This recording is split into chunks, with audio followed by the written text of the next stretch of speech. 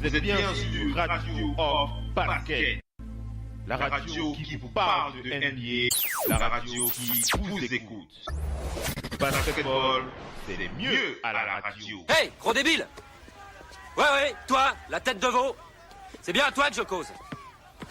Si tu peux pas faire mieux que ça, je te conseille de pas encombrer mon terrain et de rentrer chez toi, mon pote. Quoi tu joues, mec? Au fait, ton petit copain, c'est pas Super Souris. Non, Billy. Sans déconner, t'es trop mignonne pour jouer au basket, ma belle. Non, Dis donc, arrête. c'est marrant, mais t'as le bras en Z chaque fois que t'envoies le arrête, ballon. je te dis. Putain, tu vas pas la fermer? Et tu te prends pour le Zorro des Blacks? Eh, on se tire ailleurs, bon, hey, c'est non, plus la peine, sérieux. Et ton crâne rasé, j'ai un non, il est porte-à-dos pas à bouche. normal. C'est con qu'à l'hôpital on soigne pas ces types-là. À l'hôpital? À l'hôpital! Ok, J'en connais un pour ta lobotomie, t'es malade. gros cul de Tu veux poil te ballon faire bouquet! Mais t'es Je vais te jamais- remettre! Toi et ta mouche à merde Allez, blanche vous faites retournez de ma foutre. part au pays imaginaire Allez, et dites mec. à Peter Allez, Pan je qu'il vais emmerde pas mon pote, le capitaine Crochet. t'es Hey, vous êtes des PD de BD! Mais qu'est-ce que tu branles? Je sais ce que je fais deux choses. Quoi? Qu'est-ce que tu fais? Je les fais chier, ces types-là, si on les fait chier, ils jouent mal. Non, t'es con et tu m'embarrasses. Voilà ce que tu fais. Ouais, ça c'est la deuxième chose. Vous êtes bien sur Radio Hors Basket, la radio qui vous parle de NBA, la radio qui vous écoute. Basketball, c'est mieux à la radio.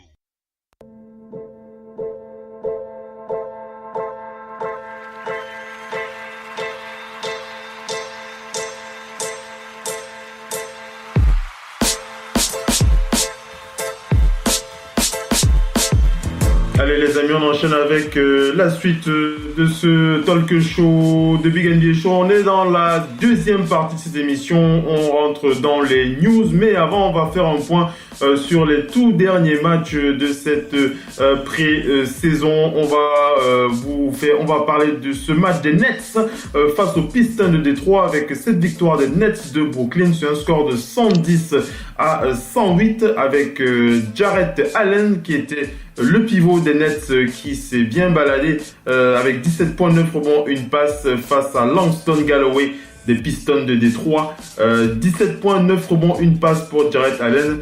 24 points, 2 rebonds, 2 passes pour Langston Galloway. Pour cette petite défaite qui ne fait pas de mal en pré-saison. Les défaites ne font pas de mal en pré-saison. On va parler du Magic qui a perdu d'1 point face au Heat de Miami. Le Heat de Miami donc qui est sorti vainqueur sur un score de 90 à 89 avec comme meilleur joueur du Heat de Miami Rodney McGruder, l'arrière du Heat de Miami qui a terminé le match avec 19 points, 8 rebonds, 5 passes décisives face à un excellent Nikola Jokic qui était à 22 points, 14 rebonds, 3 passes pour l'intérieur du Magic d'Orlando. On va ensuite parler des Wizards de Washington qui se sont fait les dents sur les Knicks de New York. 110 à 98 pour le Magic d'Orlando avec un excellent Bradley Beal qui était à 20 points, 4 rebonds, 3 passes face à Alonzo Trier des Knicks qui était à 18 points, 2 rebonds et 4 passes décisives. Ensuite, on va aller... Oui, tu voulais réagir ici? Les Knicks qui ont perdu leur premier match de pré-saison. Ouais, Ils n'avaient pas pour leur perdu depuis le début de la pré-saison. Oui, effectivement. On enchaîne, on va aller du côté de Sacramento pour parler de ce match, un peu un match promotionnel pour la NBA. Le Maccabi Haïfa qui affronte les Kings de Sacramento. Et bien entendu, logiquement, on va le dire, puisque les Kings étaient quand même favoris sur ce match. 132 pour les Kings, 100 pour le Maccabi Haïfa avec un Buddy Hield qui s'est fait les dents sur cette belle équipe à 22 points, 2 rebonds, 5 passes pour l'arrière des Kings de Sacramento. Et on va terminer avec cette rencontre qui a opposé les Suns aux Warriors de Golden State. Et encore une défaite pour les Warriors de Golden State qui démarre doucement. Il n'y a pas le feu dans cette pré-saison. Stephen Curry, 23 points, 4 passes, 1 interception sans transpirer, mais la défaite est derrière. Et c'est DeAndre Ayton, le rookie DeAndre Ayton qui s'est baladé face aux Warriors. 18 points, 7 rebonds, 2 passes décisives.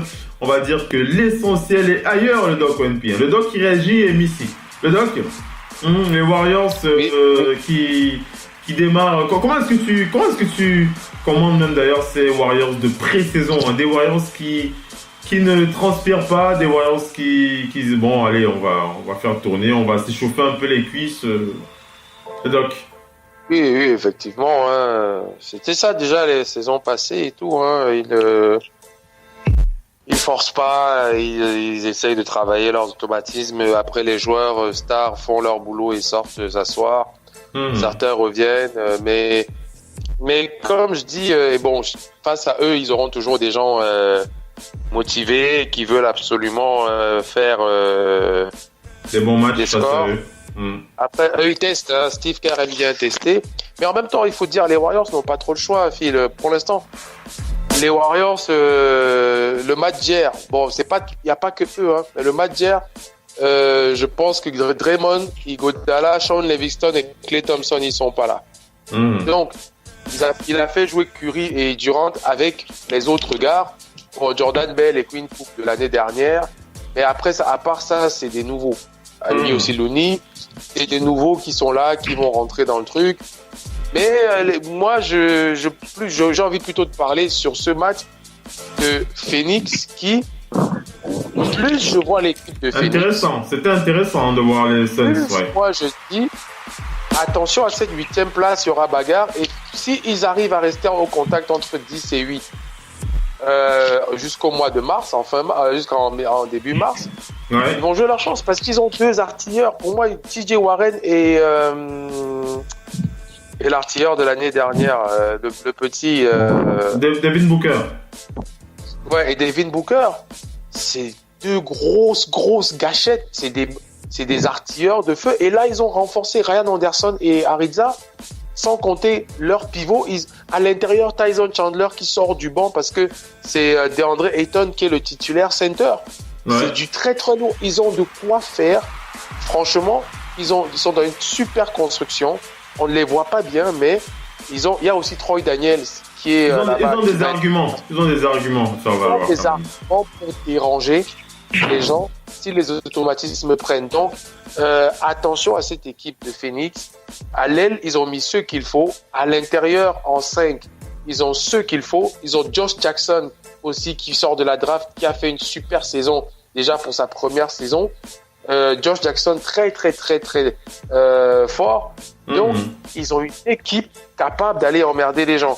Donc, moi, je suis très content de revoir Phoenix après cette traversée du désert. Une équipe de Phoenix qui a fière allure. Je suis très content de voir ça.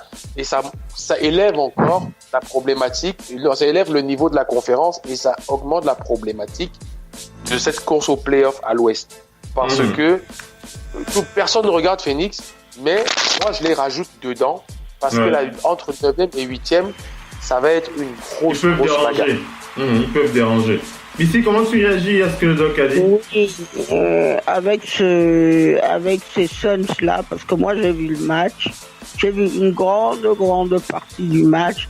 Ouais. Là, les Suns sont surtout dans le début du match pris beaucoup de tirs à 3 points qui sont tombés dedans.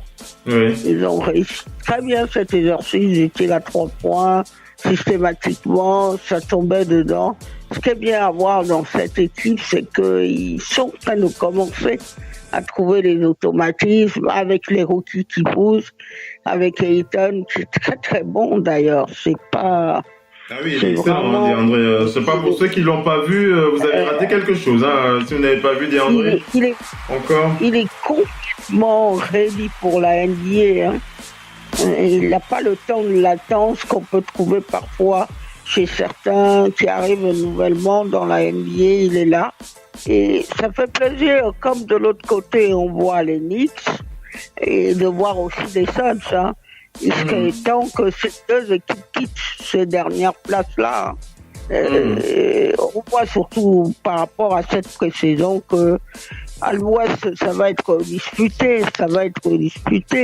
Maintenant, bon, les Suns, les joueurs à eux de s'occuper que du terrain. On vient de virer le GM, donc ils ont un problème de GM à trouver. Nash aurait été contacté. Nash, c'est pas pour lui. Les consultants aux Warriors, c'est pas une place qu'ils voudraient occuper. Donc ils sont maintenant sur un ancien Celtic, McHall qui pourra occuper la fonction de GM. Il connaît, bon, il a été GM, hein. Certes il a été coach, mais il a été GM aussi. Et donc maintenant, s'ils se concentrent que sur le terrain sportif, ils ont énormément de quoi faire. Rendez-vous compte, vous avez Tyson Chandler. Chandler, il a fait New York, il a été dans Team USA. Il a toute l'expérience d'un vétéran qui va faire en profiter à tous. Et puis maintenant, avec Ariza fait une belle saison. L'année dernière, avec les Rockets, Anderson, c'est toujours quelqu'un en sortie de banc qui peut vous apporter. Maintenant, il faut que la mayonnaise prenne. Hein. Ouais. Ils ont capacité pour tout avec Devin Booker.